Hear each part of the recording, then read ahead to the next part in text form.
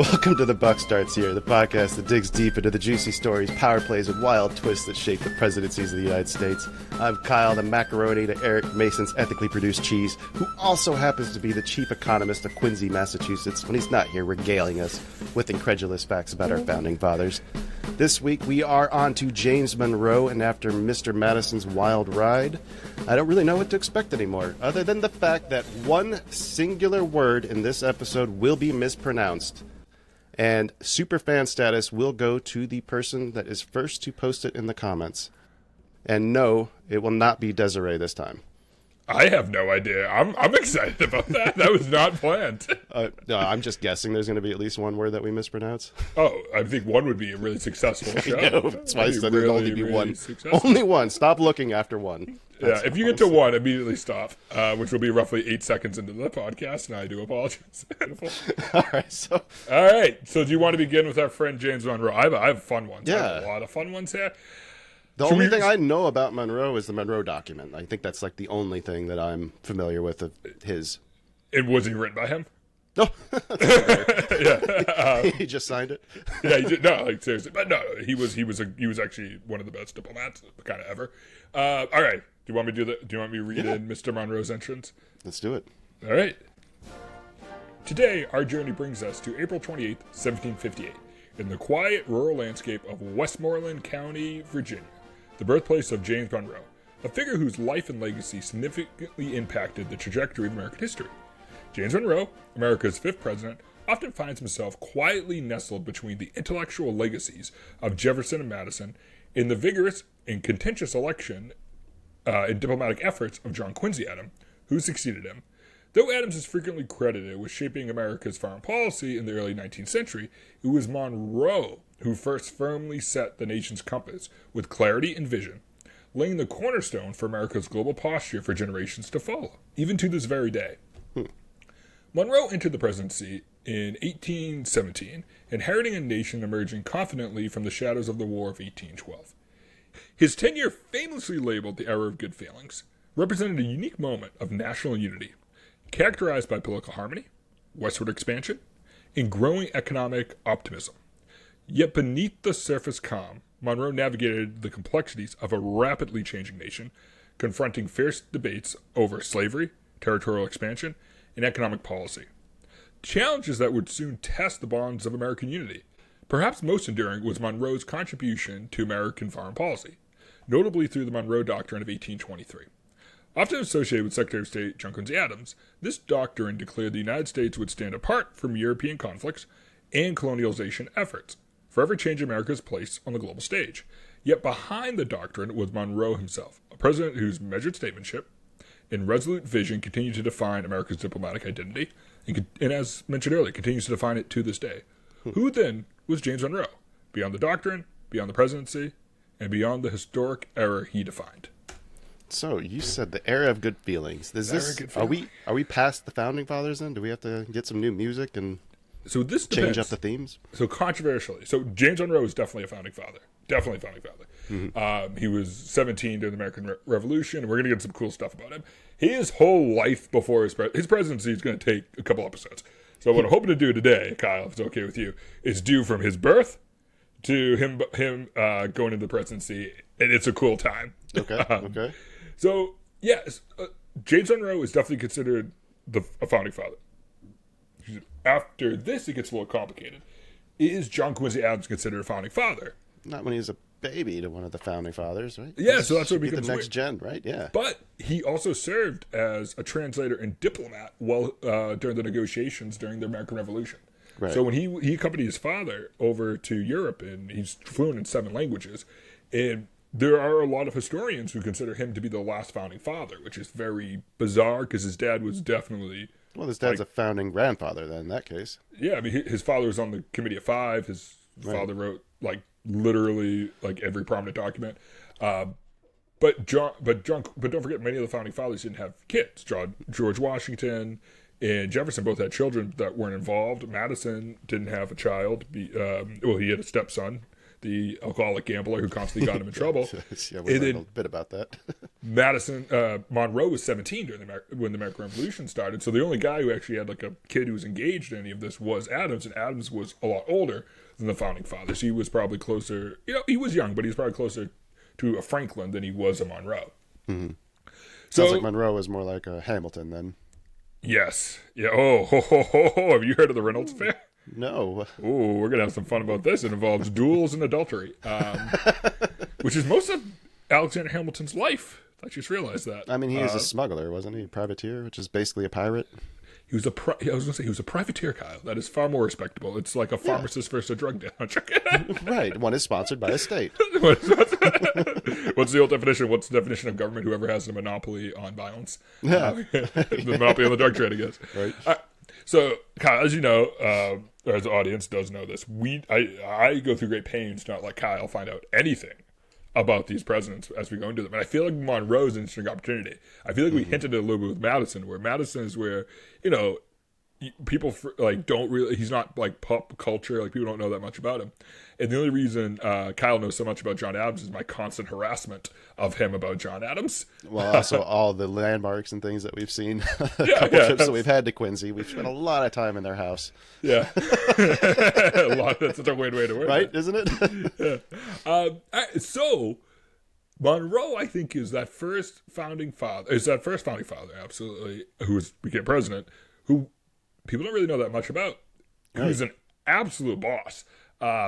Aside from, owning people, I think we all have to qualify everything besides the Adamses when we talk about here is that these are slaveholders. So we don't want to, act like they were perfectly indelible. But I think one of the important things when you measure history is you accept these are humans and they're going to do good things and horrible things and do great things and bad things. Or they're going to be the Adams, and we just look forward to when we get to talk about them. Yes, but they were also hated in their time. So just remember that. Everybody you hate now, in the future, could be the good guy. Wait. Hold on a minute. I don't like that feeling.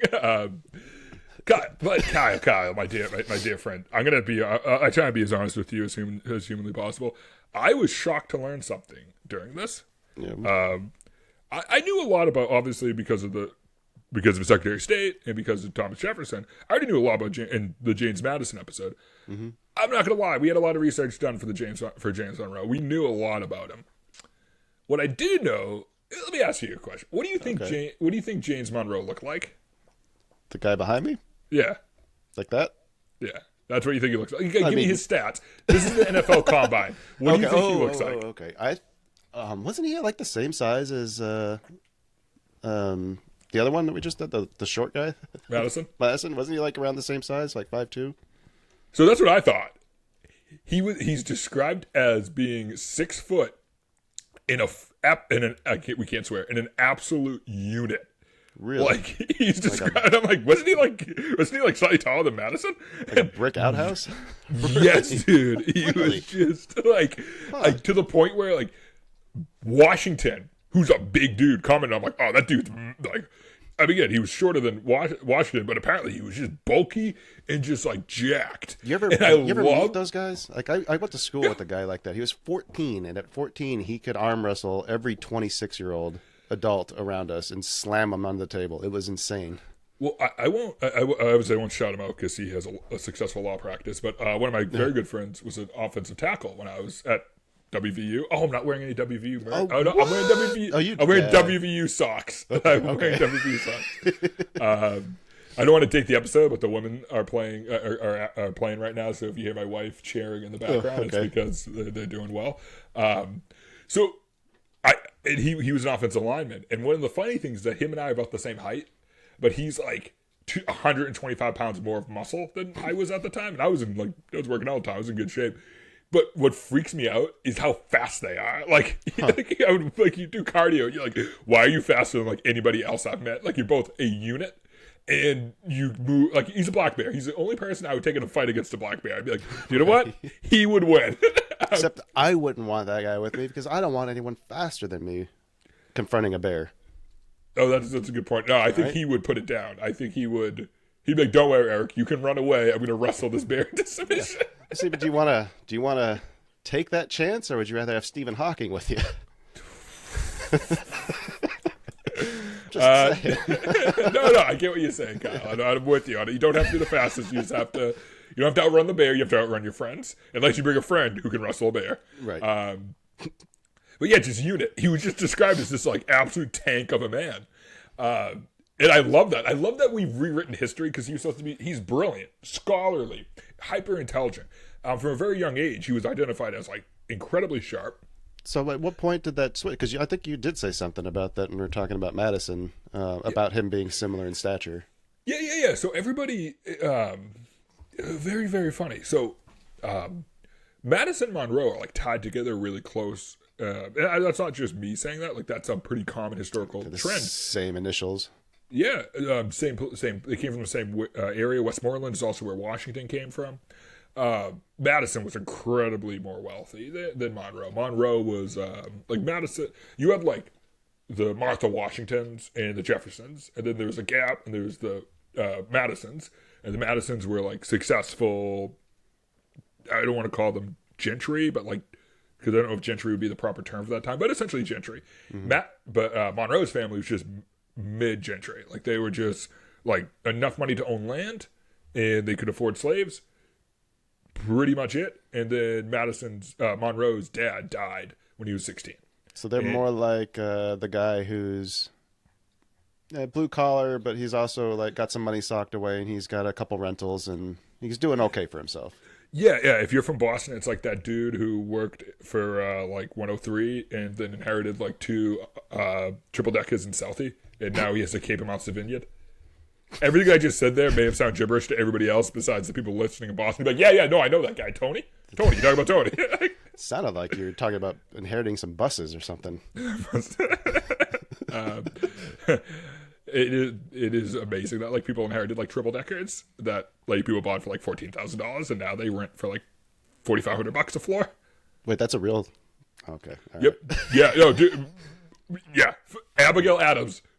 Hugely correct on land speculation in Greater Boston. Just call of the set. That will go down as the best prediction throughout this entire series. We will record 400 episodes, and nothing will be better than Abigail's being like, people are going to want to live here.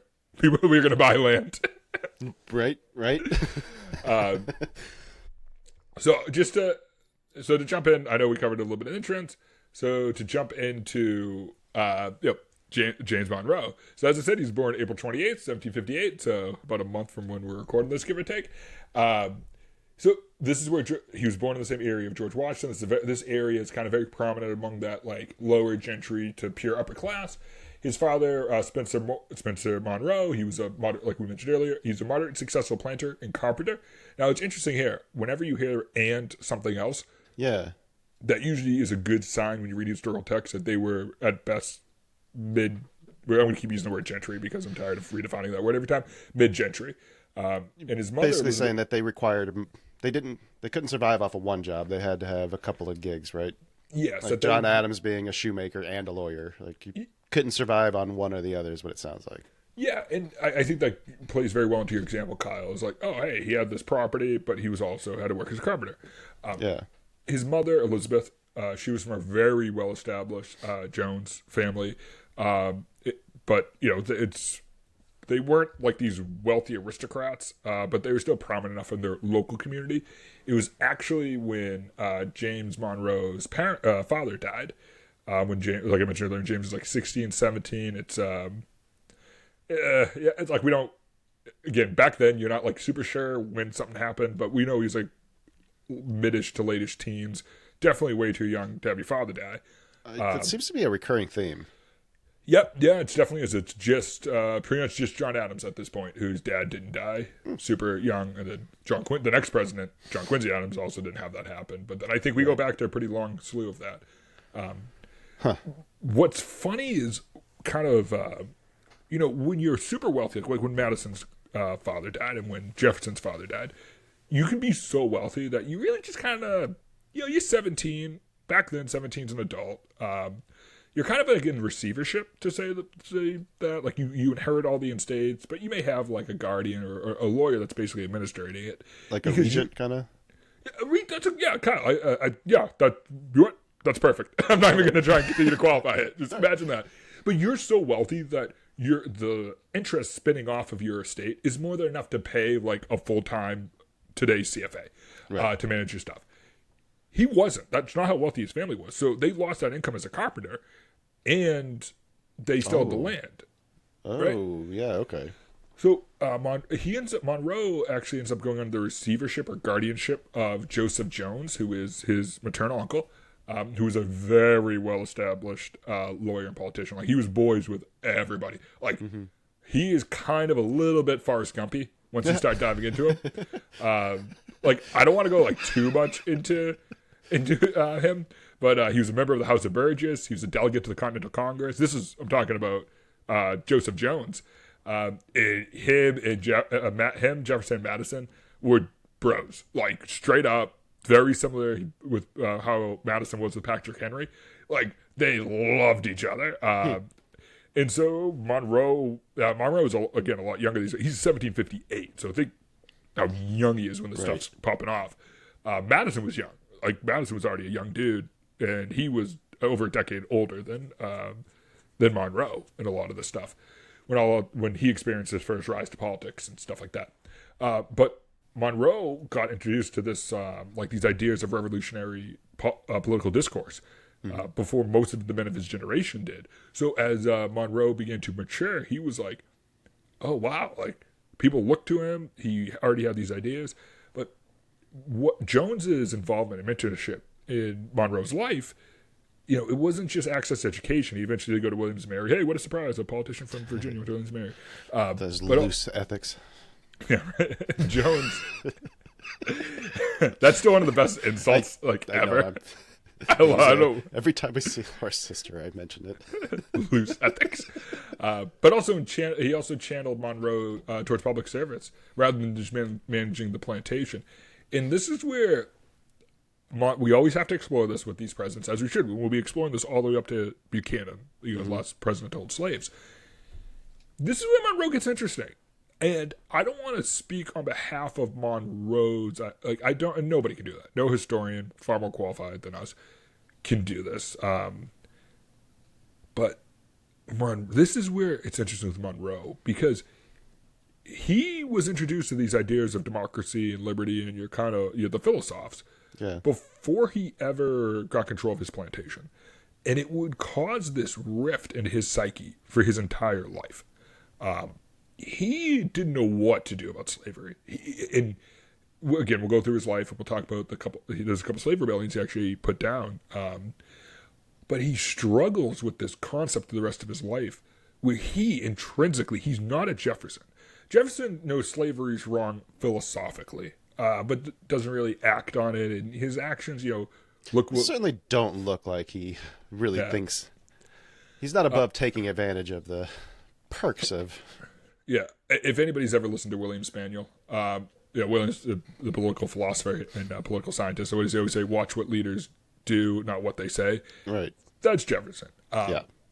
And then you had Madison, who, Madison's life was very bizarre because Madison was incredibly sickly his whole life.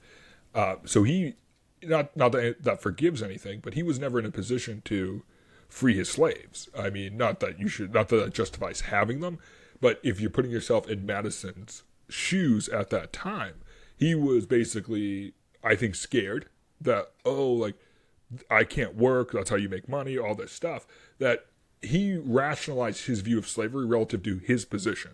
So I think you have I think you have Jefferson, who's philosophically against slavery. You have Madison, who's in practice philosophically against slavery, but in practice, has he's a rationalist slaveholder. Where Monroe is this and you see this progress, by the way. You do see this progress over the Founding Fathers until they radicalize, until you start seeing Founding Fathers who become not emancipationists. So you have abolitionists and you have emancipationists. Mm-hmm. Abolitionists are like free slaves today. Emancipationists are like, let's free slaves over time. And this is going to shock a lot of people, but the United States was an emancipationist nation up until it had to be an abolitionist nation. Lincoln very famously said, if I could save the Union by freeing all the slaves, I would. If I could save the Unions by keeping all the slaves, I would. If I could save the Union by freeing half and keeping half enslaved, I would. And I think it's important as we do this dialogue in this dance with more and more of the founding fathers, we need to talk about the fact that the founding fathers were large part philosophically anti-slavery, but it never translated to action. Outside of the Adamses, they all owned slaves. I think we need to hammer that point as many times as you can, though, because I mean, you can look at it through their lens all you want, but the fact of the matter still remains. They could have downsized. You don't need a plantation. You could have sold that off, freed your slaves, and then accepted a lower status or a lower place to live, and probably been fine and never had to work anyway. Yeah, I mean, if they didn't, I know we can't swear, but absolutely pee through money. That was the problem. Is that they, you didn't have Abby at home being like, "Hey, John, stop peeing through money," and John be like, "I don't want to pee through money. I just want to walk around with my court," which were the animals he took care of after he left presidency. Again, the Adamses stand up so well to history. It is absurd. It is just absurd. I will argue that to the death. But it's funny to see this progression, and you expect the slave owners who were presidents to become softer over time up until Lincoln. No, the complete opposite. They become more radicalized and more factionalized. They become not emancipationists. That's why you have the end of the slave trade in 1808. There's evidence of this. This is theory. Presidents getting elected are advocating for the expansion of slavery out west, or presidents advocating, against the Dred Scott. Well, I was going to say against the Dred Scott decision, but the Dred Scott decision was in favor of slavery, so I guess advocating against Dred Scott. So we got to take the founding fathers' view on slavery and the subsequent presidents down the road and understand that they're actually getting more intense over time. So if it sounds like we're going to be doing kind of like a roller coaster of people who just didn't really viewed it philosophically to people who, as emancipationists, and how do you emancipate the slave populations? We're going to the other extreme where people start talking about never emancipating. And that's why the Civil War is going to happen. It's not, I know as an economist I shouldn't say this, but it's not about the economy. It's not about any of this. It's not state rights. The Civil War was just fought over slavery, and it was eventually going to happen. And I think it's important, Kyle, that we see that as we talk about these people. We're talking about history. We can't hide the storyline. But Madison, it is very interesting. Monroe is very interesting because he knows it's wrong. He talks about it being wrong, and he's trying to figure out a way. But he also thinks, because he saw so many slave rebellions while he was in office, and that he doesn't know what to do. Mm-hmm. He's beyond the theory of Jefferson saying, "Oh, it's a wolf by the ears. You don't know if it's going to leave or attack you." To him, he knows the wolf's going to attack it. And that brings me to a very easy, probably now easy trivia question. There are two presidents the capitals of countries are named after. What two presidents are they? Washington, probably. Washington? Yes. So Washington, the United States. Yeah. Mexico? No. That'd be awesome if we took over Mexico and named after somebody. Liberia. No, Mexico City. Yeah, that makes no sense. Liberia, really? It's Monroeville. Wait, wasn't Liberia the one that you said that they founded to try to send all the slaves back to? Yep. To free them? Was that Madison's plan? It wasn't his plan. It was an idea people had been floating out there for a while. And then there was a rebellion. Specifically, it was Gabriel's rebellion. Mm-hmm.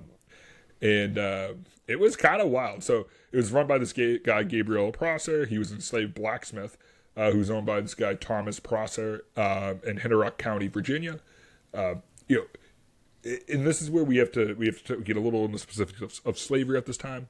You had two types of slavery. You had task slavery and you had chain slavery. Chain slavery is what it sounds like. Where you had human beings work until they die because it's cheaper to replace them. Yeah, tied together in a chain. Yeah. Then you had tax slavery, which is what was practiced in the United States, and that was this concept of they had these people had a list of chores to do or work assignments. I actually think they called them. I'm not joking. There are primary sources that use the term chore. I wasn't meaning that softening it. I mean that's actually you can find that terminology used. But they had a list of work to do, and once they completed it, they could grow their own garden or they could engage in trades. Well, Now, I would like to point out, too, that most of this rule or form of slavery was for usually like white people, wasn't it? No, this is practice. This was chattel slavery. Right, but these are the rules that were adopted from the way that it was treated, indentured servitude or whatever. Oh, yeah. In England and Europe and those places, right? Yeah, that was largely what influenced in the United States. Then you have like Barbados. What I'm guessing is, once we started importing slaves from Africa, we probably decided that they don't deserve to be treated like humans. It was kind of the mentality that seems to have shifted over time. Yeah, I mean, absolutely. I mean, they're treating people it's like commodities. Though Right. the United States never widely adopted. We didn't. chain Okay. slavery. That's why one of the most disturbing statistics you'll ever see in your life is Barbados in the United States. Barbados, which is like, I think I looked it up, is like smaller than Maine. Yeah. Imported the same amount of slaves as all of the United States throughout the slave trade. Wow. Yeah, that's the difference between chain slavery and task slavery. But a lot of times these people were basically viewed as like, oh, I don't have to grow more food. I can grow this cash crop if this guy's also working on his garden. And that was a big reason. It's not like the slave owners were doing this to be benevolent. Was there some paternalism here? Absolutely. I mean, that's a hallmark of U.S. slave history is paternalism. Yes. But is that the main? Are these people doing this to be benevolent? Absolutely not. They own other people. I hate when people are like, yeah, but they treated them well. It's like, that's an insane, Does not matter. insane thing to say. But Gabriel was a very talented blacksmith. Like, if you see, it's funny. Like, we look at history being very, very flat, and if you actually try and sometimes when it comes to events like this, I'll like map out a timeline to help my head think a little better on it. He was like well known for being just like one of the best blacksmiths in his area, and again, he's in a very prominent area of the country. But because he had this trade, he had he could go around. He had what was sometimes described as like an unusual freedom of movement, highly literate and very political. He was a very he had educated himself both in his trade and in what's going on at the time. He described himself as deeply influenced by the American and French Revolution. And he believed that, I'm going to say something a little ironic given where he is in the country and who said it, but believing that enslaved people had the right to liberty or death. Liberty or death. By somebody I already mentioned today, Patrick Henry's famous quote. Patrick Henry, who is probably, I think we did a short on Patrick Henry. Yeah. I mean, I think everyone has the choice between liberty and death, pretty much, right? Yeah, in labor economics, that's why we say labor is always privately owned, because you can't you can't go inside somebody's body and force them to work. So that's why socialism fails in the long run. I don't know. Neuralink's working on that. So Gabriel, with his also very biblically named brother Solomon, and another enslaved man named Martin, they plan to capture. They plan to take over Richmond and capture James Monroe, who's the governor of Virginia at the time. This is 1800. And negotiate his freedom for enslaved Virginians. So basically, it was like step one: they were going to march into Richmond with like hundreds of armed slaves. They're going to take Monroe as hostage. They never planned to hurt him, by the way. Yeah. Like they're very open about like no, they just was like that's what they did. Please let us go, please. And Somebody, anybody. Kyle, I'm suspicious that you hacked my computer and read my next part because what you said earlier. Oh no, what's that? They were going to recruit poor white indentured servants and laborers to help them take on the plantation owners, and then they were going to await reinforcement from sympathetic groups. And it's funny. There was the Quakers, the Methodists, and the French who were all like real anti-slavery, which is super ironic for this time. For the French, like comically ironic as they bludgeon Haiti to oblivion. God, they are the most. Everybody knows my opinion on France at this point, so I don't need to go on. But just the most oh my God, just hypocrisy of France for the last What's the 1,000 years. Congo? Was Congo the one to look at? That was the Belgium. It was Belgium. yeah, Central African Republic, so Yeah. just north of the Congo. No, the Belgians also pieces of absolute garbage during that time period. No, there was the French one where I think what were they like charging them like interest on the currency reserves that they held for them? Oh no, that's still going on. Yeah, Central yeah. African franc. No, that's still happening, and Yeah. we're supposed to, take these people for their morality. But then two other good groups, the Quakers and the Methodists, they have always been anti-slavery. Like literally since they were founded. I believe John Wesley, one of his big things when he was founded was like, not that I have too much history at the Methodist Church, but so they were founded by John Wesley, and they very famously they didn't name themselves. They just had a very methodical view of how to practice. They believed in like small groups and stuff like that. And people are like, oh, those people with all their methods. Look at these Methodists. I love that name. That's awesome. Yeah. So they, it's funny because they were formed like in opposition to this thing called Calvinism, this idea of the elect, this idea that like you can do whatever you want. If you're getting to heaven, you're getting to heaven. But Calvinism is kind of this like quasi rejection of Anglicanism. So Methodists are Anglicans, but was Calvinism the one that kind of like got rid of all the holidays because no work was getting done because like every other day was a holiday? I could see them doing that. The Romans also had to do that after they conquered so many people. So it seems to be an in-game solution to a lot of stuff, right? But the Methodists sometimes, and it depends. I mean, very much. This is a very broad thing, but there are some philosophers who say like Methodists would consider themselves non-papal Catholics, and there's writings. But the Catholic Church had banned slavery for hundreds and hundreds of years at this point, and John Wesley was like wicked anti-slavery, and so naturally like Methodists when they came over here became very anti-slavery, and Methodism is still the largest practiced religion in these areas. It's usually Methodism and Catholicism in these two areas.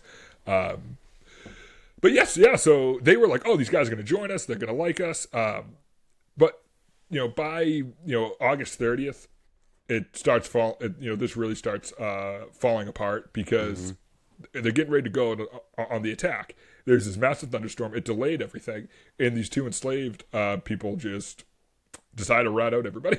Oh man! Yeah, so Monroe ends up capturing. Ends up calling up the Virginia militia. It prevents the uprising. They arrest him and dozens of other suspects. Gabriel refused to tell anybody about anything else. He and the 25 other people they captured were executed by October, so it was only about a month and a half later they were executed, and that led to this recourse among Virginia legislators, and don't forget Monroe was the governor at the time. Harsher slave laws, and it stopped. It restricted movements on slaves. It stopped literacy among enslaved people. And this is but something very interesting. They also banned the importation of slaves from other states and from outside the country. And it wouldn't be until 1808 that the slave trade was fully banned. Really? Yeah. Huh. Yeah, and this is where Jefferson... Wait, so they put in a bunch of restrictions to make it worse to be a slave, but then they also said don't bring any more. Yeah. Huh. Was that like Monroe's way, of getting a little something for having to... I can't imagine he wanted to execute 25 men. It's funny, reading primary sources on here, Monroe never injected himself, and if you're a politician that really believes in this is gravy to you. You would absolutely be the first guy, but we need to follow through the most severe punishment, but he never seems to have. Again, I could have missed that as a source, but I feel like that would have been a top tier. Doesn't I would have sound popped up, right? He tried to save them either, though. No, and that ambivalent attitude is largely Monroe when it comes to slavery. So this is where Jefferson really becomes hyper cautious about emancipating his slaves, but also I hate when historians write that. But he was never going to emancipate. If you're not freeing your own children, you are not. In fairness to you Jefferson, have one of your children teach another child. No. Yeah, because you like mac and cheese. Yeah. But Mr. Gabriel, I'm not going to use literally his slave last name because that's insane that's even how he's written about. But Mr. Gabriel actually was pardoned in 2002 by the state of Virginia and relabeled as a freedom fighter rather than a criminal. That only took 200 years. Yeah, but I do like the idea that the history book. Yeah, but this event and why I bring it up is really why Monroe became paranoid about freeing slaves, but still always struggled with that. He never rejected in any of his writing the idea that this is where it gets honestly. I'm going to get a little opinion in here. It gets really interesting with Monroe because Monroe never seems to ever describe or view slaves as inferior humans, which is kind of a different type of screwed up. He views it as a system. Like, it's almost... Well, as you said, it's almost worse. Yeah, if you're... It's almost worse if you believe that they're equal and yet you still believe that you have the right to own them. Yes, I do think that's very much like it. And so he decides to. This is where the idea of Liberia really starts to get solidified with Monroe. He really starts to kind of sit back and go, maybe it's better if we separate. Maybe if it's better if we, allow the slaves to form their own country. He starts talking about. He gives a speech in 1817. I know we're getting a little into his presidency, but I think all this stuff's really important to understanding how Monroe is as a person. Because Monroe never actually wrote any treaties or anything on slavery, but he expressed, in letters, extreme discomfort. He called slavery the great evil, but he insisted that if slaves were freed within the United States, it would cause social chaos. He worried about what he described as a large free black population would do to the stability of Southern society.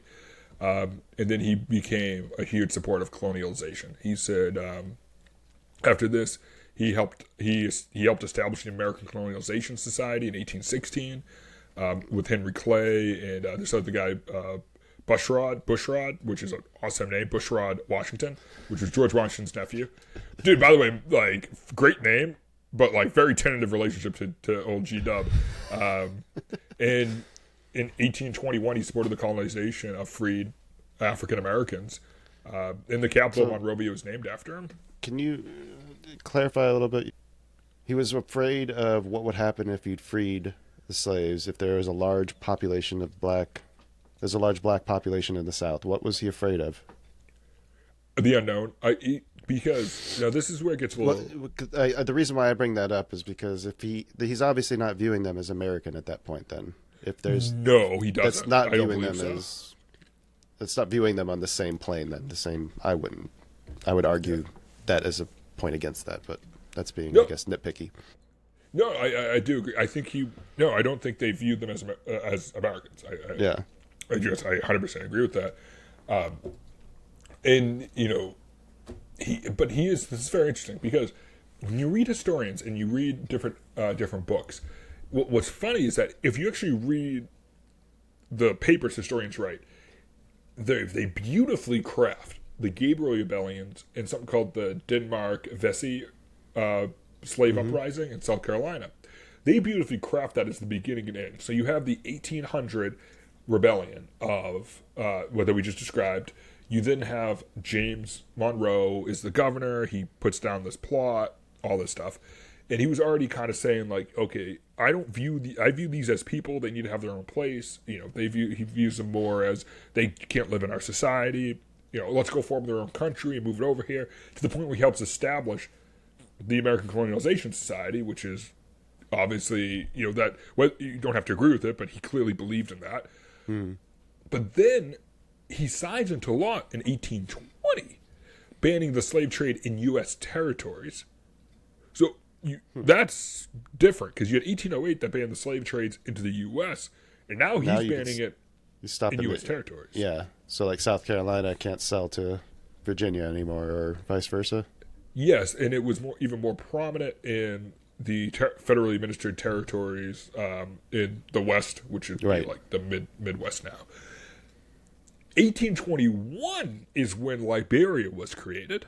So timeline-wise, and this is why, if you can find good historians, they're worth their weight in gold. Because instead of just trying to teach this like something you just read in a quick textbook line, like, oh, several slave rebellions shifted Monroe's view on Liberia. Like, no. Then in 1822, you had the Denmark-Vesey slave uprising, which was this guy named Denmark-Vesey, which is fire name. Again, fire names. Yeah, so he was born in 1767, where he was taken from the Caribbean. So he was Caribbean to Charleston, South Carolina.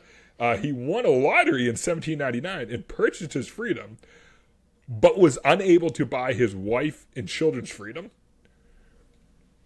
I mean, yeah. Okay, so you got everybody's probably on this dude's side immediately. I got 2 sentences into this, and you're already like, okay, whatever this dude does next, you're now deciding, is he a hero or an anti-hero? He's already on the correct side of history. We're just trying to figure out, is he Batman or is he Superman? We don't know which one he is yet. He's more Tony Stark. A little Tony Stark, yeah. So he's this incredibly religious man, like incredibly religious man, and he was a member of Charleston's Black Methodist Church, where he was a great orator. He's a great speaker. So he's very religious, great orator, and he starts secret recruiting enslaved and freed black men for years. This is not the Gabriel Rebellion, which was planned over a couple months. This is years and years. Mm-hmm. But his plan involved killing white slave owners and seizing their weapons, burning Charleston to the ground, and then escaping to Haiti, which had, as we mentioned earlier, recently won its independence through a successful slave revolt. And he attracted thousands of people. Shocking, yeah. Yeah, so again, you can decide if he's Batman or Superman. That is your option on what type of history he is. He's certainly in the John Brown family of we want the end of slavery and we want it now, and we're willing to fight about it.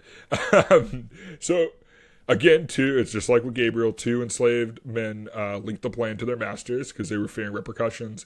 Charleston authorities quickly arrested Vesey and his co-conspirators. More than 130 black men were arrested and 35 were executed, including Vesey himself. Here's where it gets even darker. The city then destroyed Charleston's African Methodist Episcopal Church, where much of the rebellion was planned. And here's where Monroe, you see the switch. This is where the snap occurs with Monroe, where he becomes fully committed to the idea of Liberia. Monroe supported South Carolina's crackdown. Remember, he was president at this time. The rebellion hardened attitudes in the South towards slavery. Many states passed harsher laws restricting free black people, banning black-led churches and independent black organizations, and it just increased general paranoia. You're going to hear the word paranoia about slavery is going to keep popping up on here. Yeah. Shocking. Who would have guessed? Who would have guessed that the people you you're have 30 people on a plantation of one person running it, and you wonder what's going to happen if these guys all get together and realize that they can overpower you. Yes, and you treat them like absolute garbage and don't believe they're humans. So, yeah, it is. It is funny. Because you do have him banning slave trade, and so slaves were still allowed to be traded inside of states, but that became more of a state issue. I don't want to say it's a state issue. No, I mean it literally was legislated by the states. But this is where Monroe, again, we're going to constantly be doing that awkward flip where the big reason he bans the slave trade in the United States is because he feared Western territories could become slave trading hubs. Oh, or was it maybe even just to try to limit the growth of it too? Because that there's this path that you're heading down that's going to lead to conflict. It's inevitable at this point, the trajectory that we're on. Maybe by restricting the influx of it, you can maybe kind of keep it from growing too much more, limiting the damage of that conflict. Yeah, absolutely. So, and Kyle, you hit it again. I feel like you hacked my. Either you have you're in the top 1% of 1% of knowledge on James Monroe's presidency in life and don't know it. But dude, what the? I have my notes because I'm not a schmuck. I do try and prepare for these things. I do like reading about this stuff. My next point, I wish I could share my screen with you right now. My next point is the Missouri Compromise of 1820. That's right. So he was a supporter of this, and that's why Massachusetts lost Maine, R.I.P., because Missouri joined the Union as a slave state, and then that was Maine all about became keeping a free the balance, state. wasn't it? Yeah, because they needed to keep the balance of. Yeah, and he also signed He signed banning slavery north of the 3630 latitude line. Yeah, is that the one that had the 3/5 compromise in it too, or is that a different one? No, that's the Great Compromise. Okay, of the Constitution. I think we already covered that one, actually, didn't we? Yes, yeah. I think there's probably a lot of comments. We went off the rails a little bit on that got worked out of the final script, but we were very heated about the simultaneous. They're not people, but we want to count so we can win elections, and that's not going to come back and bite us in the butt with the next election of John Quincy Adams. It's not like Jackson's entire argument's going to be based on owning people that he doesn't think are people, and them somehow not being able to vote, but their votes count. That's not going to have any bad side effects. Well, you mentioned he was a little bit involved in the Revolutionary War. Like, what was there anything notable there that? My dear friend. I think this is actually. I think you beat me. I think this is a good. You've been on fire today for us recording this off our normal time and later at night. You're in rare form right now. It's because I'm in a fever dream. I'm in a fever dream. Why don't we end this beautiful discussion? What we'll do is we'll, if it's okay with you, dear host, talk about one of my favorite random facts. There is only 2 presidents to ever have been shot in combat. Can you name them? Ooh. Okay. Presidents shot in combat. And shot in combat? In combat. So Yes. Teddy Roosevelt doesn't count because he was just giving a speech. Nope. But was he shot in any? How about Eisenhower? Was he ever Not shot? Eisenhower. No? Okay. I have a secondary trivia after this. That one I thought was cool. Did he serve in the military? I'm guessing that. Yeah. So he was shot in military combat. Yes. Okay. Eric Warren had G. to write Harding. most corrupt president, because Eric had to write a paper on him in 5th grade. So thank you, Mrs. Edstrom. I will always remember this dude. Wait. Herbert Hoover. No, sorry. David Rice Atchison. Did you say Herbert Hoover as an unknown president? There's a dam named after him. I know. I just typed it into Google. That was the first thing that spat out. He started the Easter egg roll on the White House lawn and electrified the White House. Okay, who was that? Rutherford B. Hayes. Okay, so Rutherford B. Hayes is one. Who was the other one? And the other is James Monroe. Shot in the chest.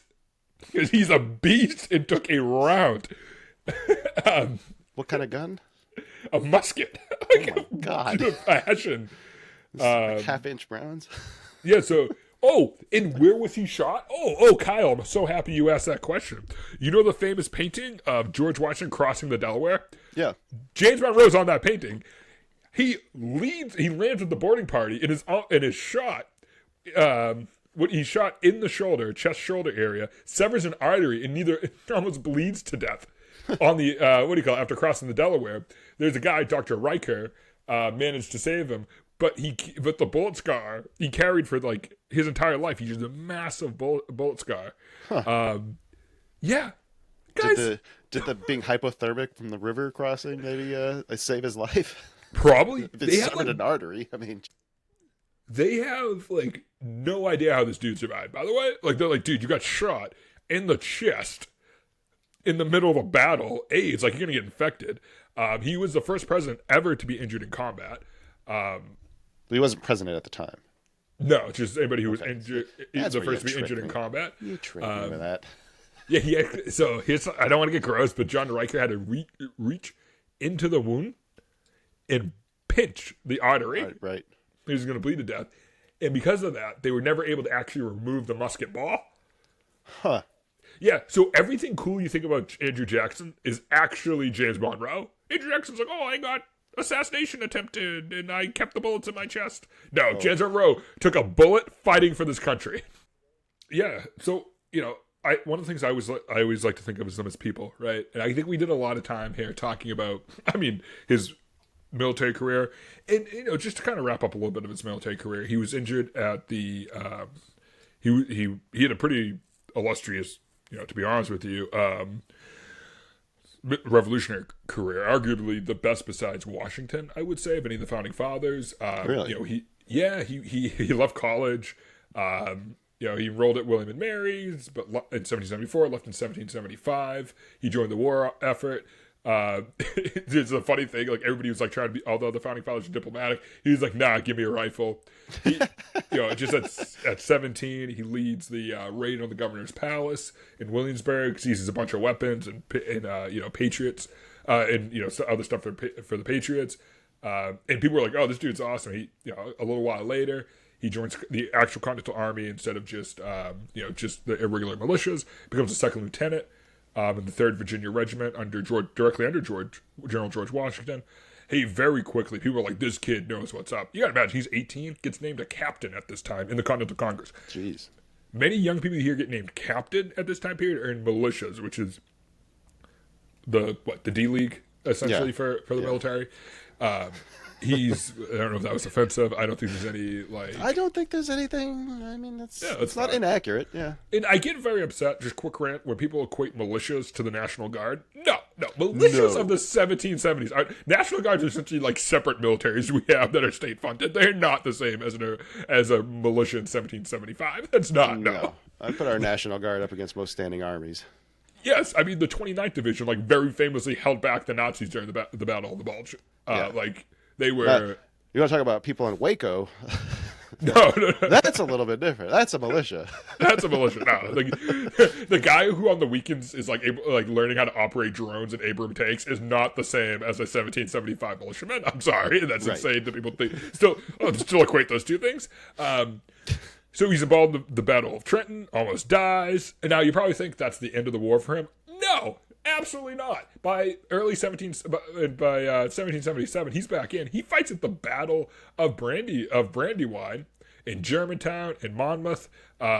He was like distinguished for his bravery. He struggled to become a commissioned officer because at this point it's still very like aristocratic. He ends up like dipping out. And it's just like, I don't really want to do this. This is when the war is pretty much over. The battle, the British haven't surrendered, but the war's essentially over. There's no mid-Atlantic fighting going on right now. So he's like, I get it. You're not going to make me an officer. I'll leave. But he does eventually become an aide to General William Alexander, but it remains close to George Washington, though they never really like had like a mentor-protege relationship. And he leads the army in 1780 after they pretty much told him he's not going to get commissioned. Hamilton, him and Hamilton, they have a weird, and we'll get into that next episode. Hamilton and him start seeding what we'll talk about next episode. But yeah, he ends up leaving and going to studying law under Jefferson and, shifting into politics. But I think one of the, kind of last things to bring up is that, again, we like to humanize these people. And I think it's cool to talk about, like, no, James Monroe isn't this, like, James Madison looking guy. He's a unit. He would still, today, James Monroe would beat the crap out of you. He's a war hero with a musket in his shoulder who died, posing for a famous painting of crossing the Delaware. Like, this guy is hellacious in his resume. But it's important to remember that he was still a brother. He had 4 siblings. We don't really know that much about his life. Elizabeth, Spencer, Andrew, and Joseph. Joseph later became a judge. That's all we really know about him. We don't really know that much about Spence Jr. Andrew is another one of his brothers who we don't really know that much about. But these are people who were formed into formative in his life. He did have him and Elizabeth, who he was 27, and then Elizabeth at 17. We're going to talk a lot about Elizabeth. That's why I didn't bring her up in this episode, because Elizabeth does some cool stuff during the French Revolution and is actually still the most popular first lady in France to this day because of her. Yes, and she's a tough lady. You're gonna like her a lot. Not as good as my girl Abby, but him and Elizabeth have 3 kids. Eliza Hay. They have 3 kids. Only 2 survived to adulthood. It's the 2 daughters. But he's.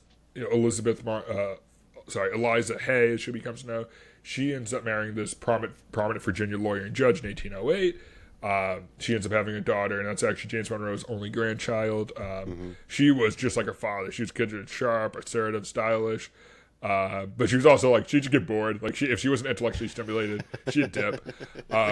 His son, James Monroe, ends up passing away at 16. This is around 1800, so this is actually like right around the Gabriel Rebellion. Oof. He never, what's completely understandable for a parent. He writes that he never got over that, like that he never, really got over it. A couple years later, they have their daughter, Maria Gouverneur.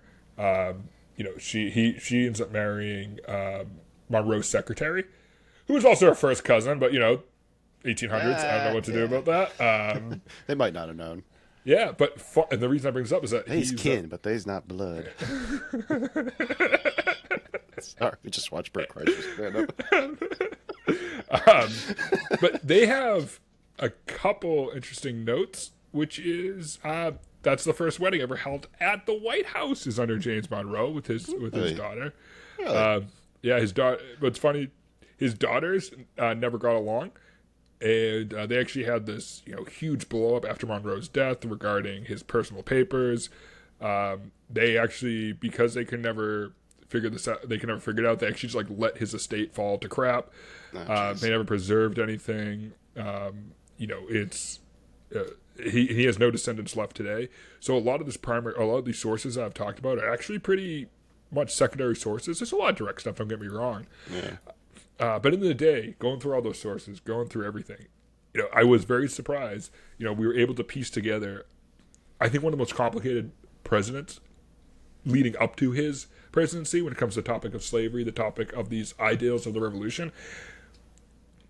But I just got to say, I was not expecting to learn that James Monroe is just an absolute badass. Like, it's just like a war veteran. I mean, I don't know. You get shot in a severed artery in 1775 after your rich uncle sends you to an elite school that you could have just chilled at the entire time, but you're like, nah. And then you struggle with these ideas of liberty and freedom for your entire life. And, we're going to dive into it more in this episode. But if there's nothing to take away, you could beat James Monroe in a fight. That's what I learned today. Yeah, and so next week we're going to talk about James Madison performing an audit and discovering a adulterous affair with Alexander Hamilton, how his wife saved one of the most prominent philosophers' wives from the guillotine, and I guess we'll also talk about Louisiana. Okay.